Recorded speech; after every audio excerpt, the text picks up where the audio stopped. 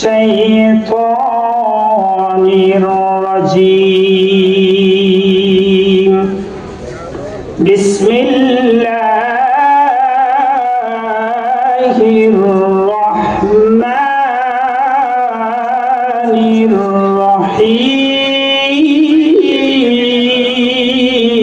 الرحيم الله أكبر ربنا إنك تعلم ما نخفي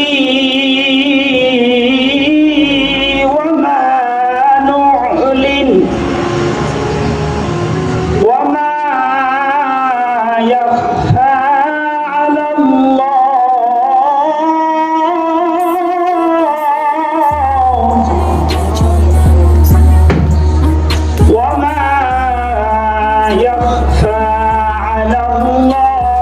من شيء في الأرض ولا في السماء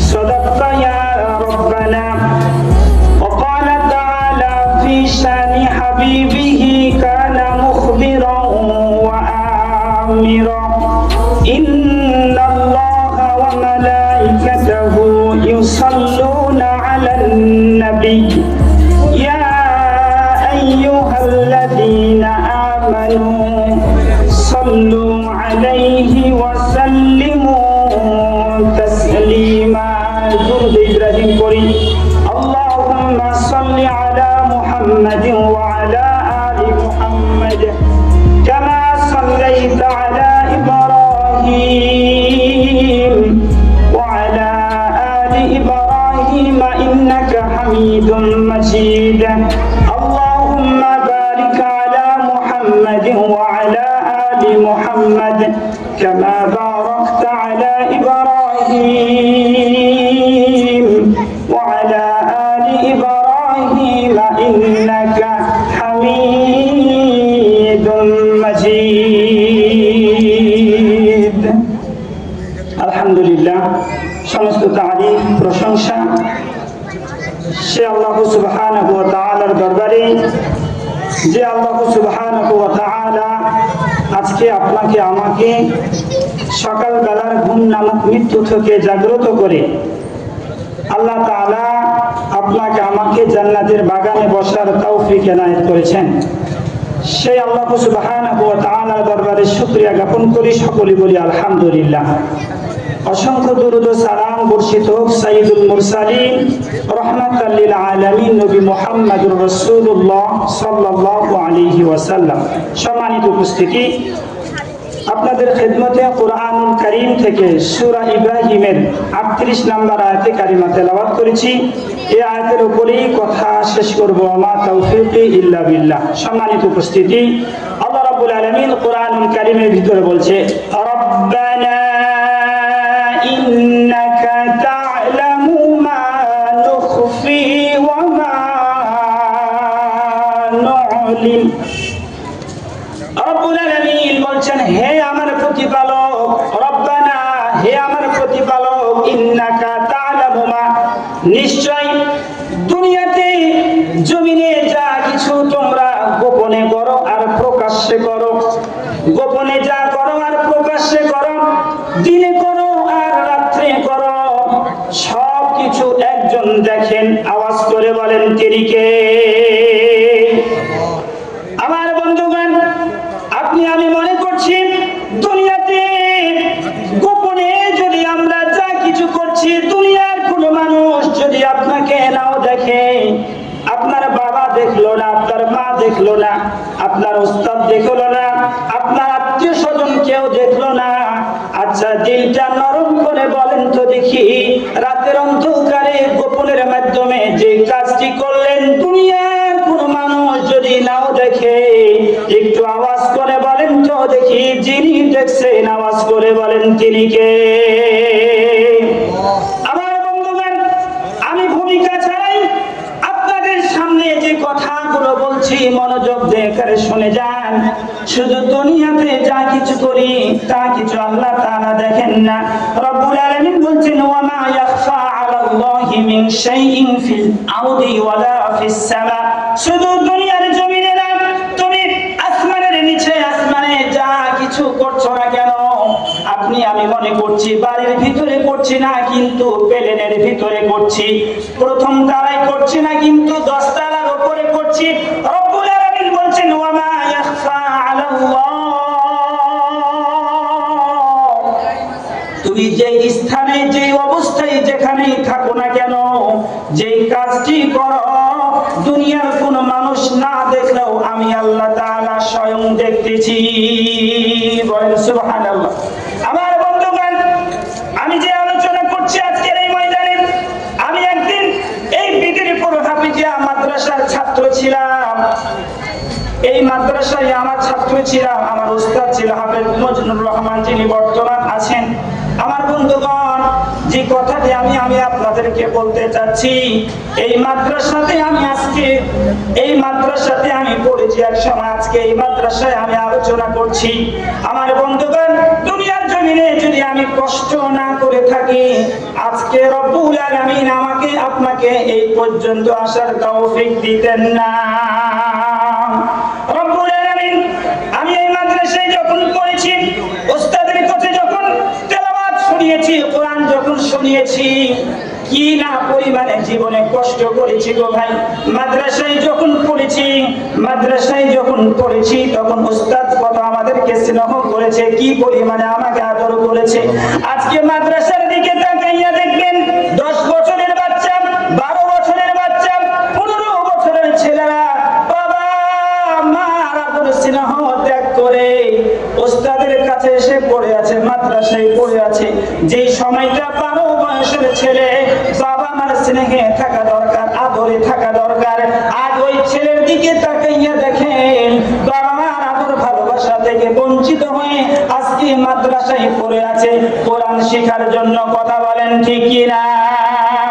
আমার বন্ধুগণ, আমি যে সময় মাদ্রাসায় পড়তাম, আমার খুব মনোযোগ দিয়ে মনে পড়ে, আমার মা আমাকে বাড়ি থেকে মাদ্রাসায় দেখতে আসতো।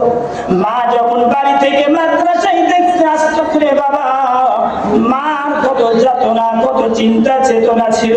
আমি বাড়ি থেকে আমার সন্তানের জন্য আমি বসতে একটু রান্না করে নিয়ে যাই, একটু ভালো মন্দ খাবার গুলো রান্না করে নিয়ে যাই।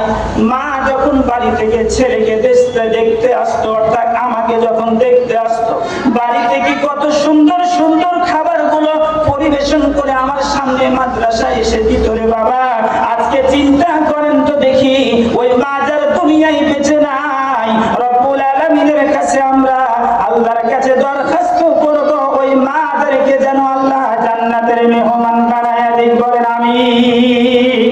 আমার বন্ধুগণ, আমার খুব মনোযোগ দিয়ে মনে পড়ে, আমার বন্ধুগণ গভীর মনোযোগ দিবেন রে বাবা। মা শুধু মা নয়, দুনিয়া থেকে যার মা চলে গেছে রে, দুনিয়ার জমিনে ভালোবাসার কেউ নাই রে বাবা। আপনাদেরকে আমি যদি প্রশ্ন করি, এই জায়গায় যারা উপস্থিত আছেন, স্টেজে যারা উপস্থিত আছেন, আপনাদেরকে একটা প্রশ্ন করে দিলটা নরম করে উত্তর দিবেন। বলেন তো দেখি, ছোটকালে মার কোলে যখন আপনি লালন পালন হয়েছেন, আচ্ছা বলেন তো দেখি, মার হাতের মার কেউ খাননি এইরকম মানুষ এখানে কেউ আছে? মার কিন্তু সবচাইতে বেশি খাইছি আমরা। মা যে মারটা সন্তানকে দিছে, কোন মানুষ বলতে পারবে না হুজুর মার হাতের আমি মার খাইনি। প্রথম প্রশ্ন। দ্বিতীয় প্রশ্ন যদি আমি আপনাদেরকে করি, ও আমার বাবারা, আমার যুবকেরা, বলেন তো দেখি, পৃথিবীর জমিনে সবচাইতে বেশি ভালোবাসে কে? আপনার আমার পক্ষ থেকে উত্তর আসবে, হুজুর দুনিয়ার জমিনে সবচাইতে নিঃস্বার্থ ভালোবাসেন আমার মা। কথা বলেন ঠিক কিনা? আমার বন্ধুগণ, মা যেই পরিমাণে আপনাকে আমাকে ভালোবেসেছে, যেই পরিমাণে মহব্বত করেছে, ওই বাইজিদ বুস্তামির মা, বাইজিদ যখন বড় হলেন, 8 বছর 10 বছরের যখন বয়স হলেন রে বাবা,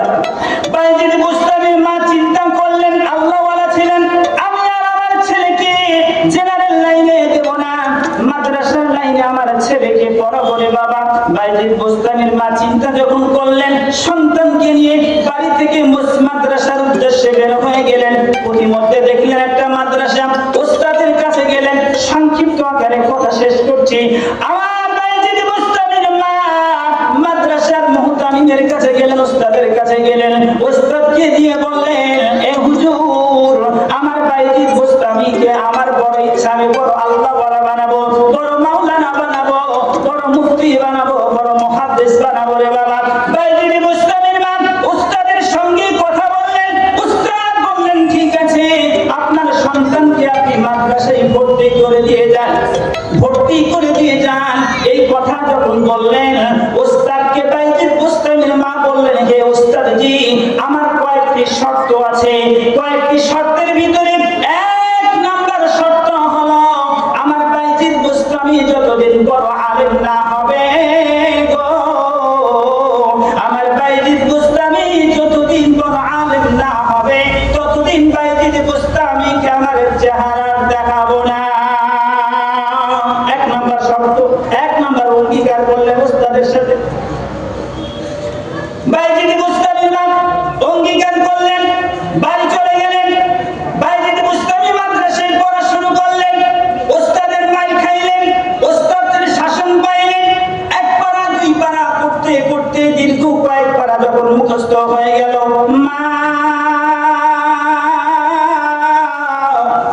মাঝে মাঝে বিদিরপুরবাসী আপনাদেরকে বলে যাই রে বাবা, মাঝে মাঝে মাদ্রাসায় এসে দেখবেন ছোট ছেলেদের যখন মার কথা মনে পড়ে, বাবার কথা যখন মনে পড়ে রে, তখন দুই চোখ দিয়ে অঝর নয়নে পানি ঝরে।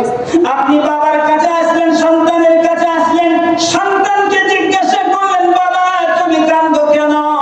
সন্তানটি নির্দ্বিধায়, ছাত্রটি নির্দ্বিধায় বলবে, আমার বাবার কথা মনে পড়ছে, আমার মার কথা মনে পড়ছে। আপনার সন্তানের দিকে তাকাইয়া দেখেন, যে সন্তানটি আপনার কোলে লালিত পালিত হচ্ছে 10 বছর বয়সে, ওই সন্তানটি বিদিরপুর মাদ্রাসায় লেখাপড়া করে। বাইজিদ বোস্তামির মা চলে গেলেন। বাইজিদ বোস্তামির মার কথা যখন মনে পড়লো, দুই চোখ দিয়ে অঝর নয়নে পানি ছুটতে লাগলো। ওস্তাদের সঙ্গে দেখা, হে বাইজিদ বোস্তামি, তুমি কান্না করছো কেন? বাইজিদ বোস্তামি বলে, হুজুর, আমার মার কথা বড্ড মনে পড়ছে, আমার মাকে আমি এক নজরে দেখতে চাই। সংক্ষিপ্ত কথা, বাইজিদ বোস্তামিকে ছুটি দিল, হুজুর যাও তোমার আম্মাকে দেখে আসো। কিন্তু তোমার মা তো আমাকে শর্ত দিয়েছিল বাইজিদ বোস্তামি, তুমি যতদিন বড় আলেম না হবা ততদিন তোমার মা তো তোমাকে চেহারা দেখাবে না। বাইজিদ বোস্তামির কান্না ওস্তাদ সহ্য করতে পারলেন না, ছুটি দিয়ে দিলেন। বাইজিদ বোস্তামির মা, বাইজিদ বোস্তামি এক দৌড়ে বাড়ি চলে গেলেন। বাইজিদ বোস্তামির মা দূর থেকে লক্ষ্য করলেন গো, বাইজিদ বোস্তামি বাড়ি আসছে। এমন সময় বাইজিদ বোস্তামির মা ওই যে অঙ্গীকার করেছিল, বাইজিদ বোস্তামি যতদিন বড় আলেম না হবে ততদিন বাইজিদ বোস্তামিকে আমার চেহারা দেখাবো না। বাইজিদ বোস্তামিকে যখন দেখে নিল, বাইজিদ বোস্তামির মা বাড়ির ভিতরে ঢুকে গেল, দরজাটা লাগিয়ে দিল। বাইজিদ বোস্তামি গেটের কাছে গিয়ে ডাকতেছে, মা গো, একটু দরজাটা খোলো না, আমি তোমার বাইজিদ দরজার সামনে এসে দাঁড়িয়ে আছি। মা তুমি একটু দরজাটা ওপেন করে দাও না। ঠিক কন্যাটা শাড়ির আঁচলটা মুখটা ঢেকে বাইজিদকে বলছে, বাইজিদ তুমি কি বড় আলেম হইছো? বাইজিদ বোস্তামি বলেন, না আমি বড় আলেম হইতে পারি না, আর কয়েকটি বছর বাকি আছে। বাইজিদ বোস্তামির মা বলে, যাও যাও, আমার চেহারা তুমি ততদিন পর্যন্ত দেখতে পাবা না যতদিন পর্যন্ত তুমি বড় আলেম না হইছো। বলেন সুবহানাল্লাহ। সম্মানিত উপস্থিতি, আমার সময় একেবারে কম। রব্বুল ইজ্জত ওয়াল জালালের দরবারে আমার পক্ষ থেকে দরখাস্ত থাকবে, আল্লাহ তাআলা আমার উস্তাদকে যেন আল্লাহ তাআলা কবুল করে, বিদিরপুর হাফেজিয়া মাদ্রাসাকে যেন আল্লাহ তাআলা কবুল করে। আমি যে কথাগুলো আপনাদের সামনে বললাম, আল্লাহ রাব্বুল আলামিন আপনাকে আমাকে উভয়কে আমল করার তৌফিক দান করুক। আমরা সকলে বলি আমিন। আসসালামু আলাইকুম ওয়া রাহমাতুল্লাহ।